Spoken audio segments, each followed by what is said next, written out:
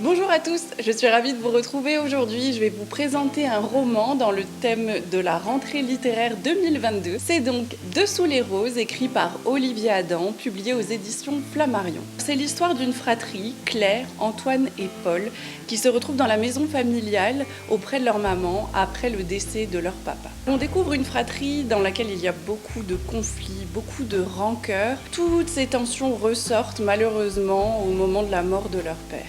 Ils se retrouvent dans cette maison et le début du roman fonctionne un petit peu comme un huis clos. J'ai beaucoup aimé. On est partagé entre l'intérieur de la maison, la terrasse et en même temps ces escaliers qui mènent à l'étage qui sont un petit peu les coulisses comme ça de chaque personnage. Ce huis clos est très tendu au début. Il y a énormément de rivalité, de tensions qui ressortent. On a une construction dans le roman qui est faite de chapitres qui représentent un personnage. Dans chaque personnage, on retrouve une écriture qui est différente.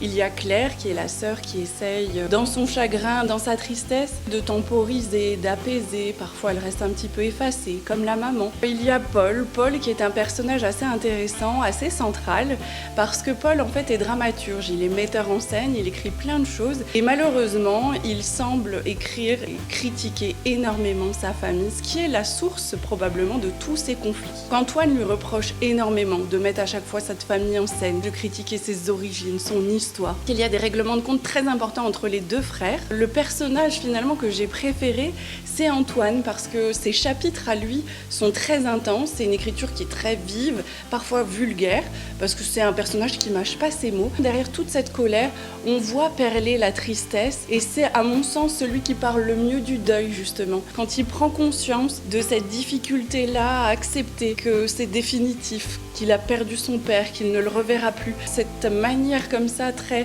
intime, de parler du deuil, ça m'a tiré les larmes, j'avoue que c'était un récit bouleversant et il y a des moments où j'étais vraiment très émue. Il y a le moment de l'enterrement et puis vient la seconde partie du roman qui laisse plus place à l'apaisement, à la sérénité, peut-être des retrouvailles. Une fois que les conflits ont explosé, on voit une fratrie qui se retrouve, qui partage de la nostalgie, des souvenirs et là ça fait du bien aussi de les voir comme ça. On les retrouve dans leurs petites anecdotes ensemble. L'un raconte quand son frère venait le rejoindre dans sa chambre, qu'il le regardait assis sur le lit en train de faire ses devoirs sur le bureau. Il y a aussi ces petites histoires quand ils font la vaisselle tous les trois un peu à la chaîne et qui se racontent en même temps des sketchs, des nuls, des inconnus, qui parlent de David Bowie. Enfin, il y a vraiment des choses après qui sont vraiment sympathiques, qui apportent beaucoup de douceur, qui nous apaisent aussi nous en tant que lecteurs. J'ai aimé également le petit twist de fin, mais là-dessus, j'en dirai pas plus parce que je voudrais pas vous spoiler, je vous laisserai découvrir tout ça. C'est un livre qui est vraiment beau. L'écriture d'Olivier Adam est très intime, un petit peu à la manière de Baptiste Beaulieu. C'est ce type d'écrivain. Quand je suis dans le livre, j'ai l'impression que c'est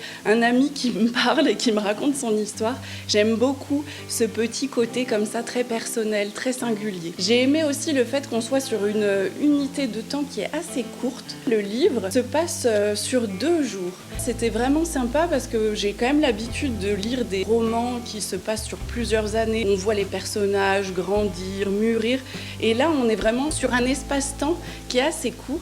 Et ça renforce justement l'intensité des personnages. En tout cas, je vous le recommande, c'est une très belle écriture. J'ai découvert Olivier Adam grâce à ce livre et je pense que je vais me tourner vers ses autres romans également parce que ça m'a vraiment donné envie de le découvrir un peu plus. Je vous remercie de m'avoir suivi sur cette petite aventure de rentrée littéraire. Il me reste à vous dire maintenant que je vous prépare plein de petites choses, notamment des piles à lire pour l'automne, des petites aventures frissonnantes pour Halloween. N'hésitez pas à vous abonner, à activer la petite cloche, comme ça vous serez prévenu dès qu'il y a une nouvelle vidéo. Et évidemment, n'hésitez pas à aimer et à partager la vidéo. En attendant, je vous souhaite de belles lectures. À très bientôt. Ciao, ciao!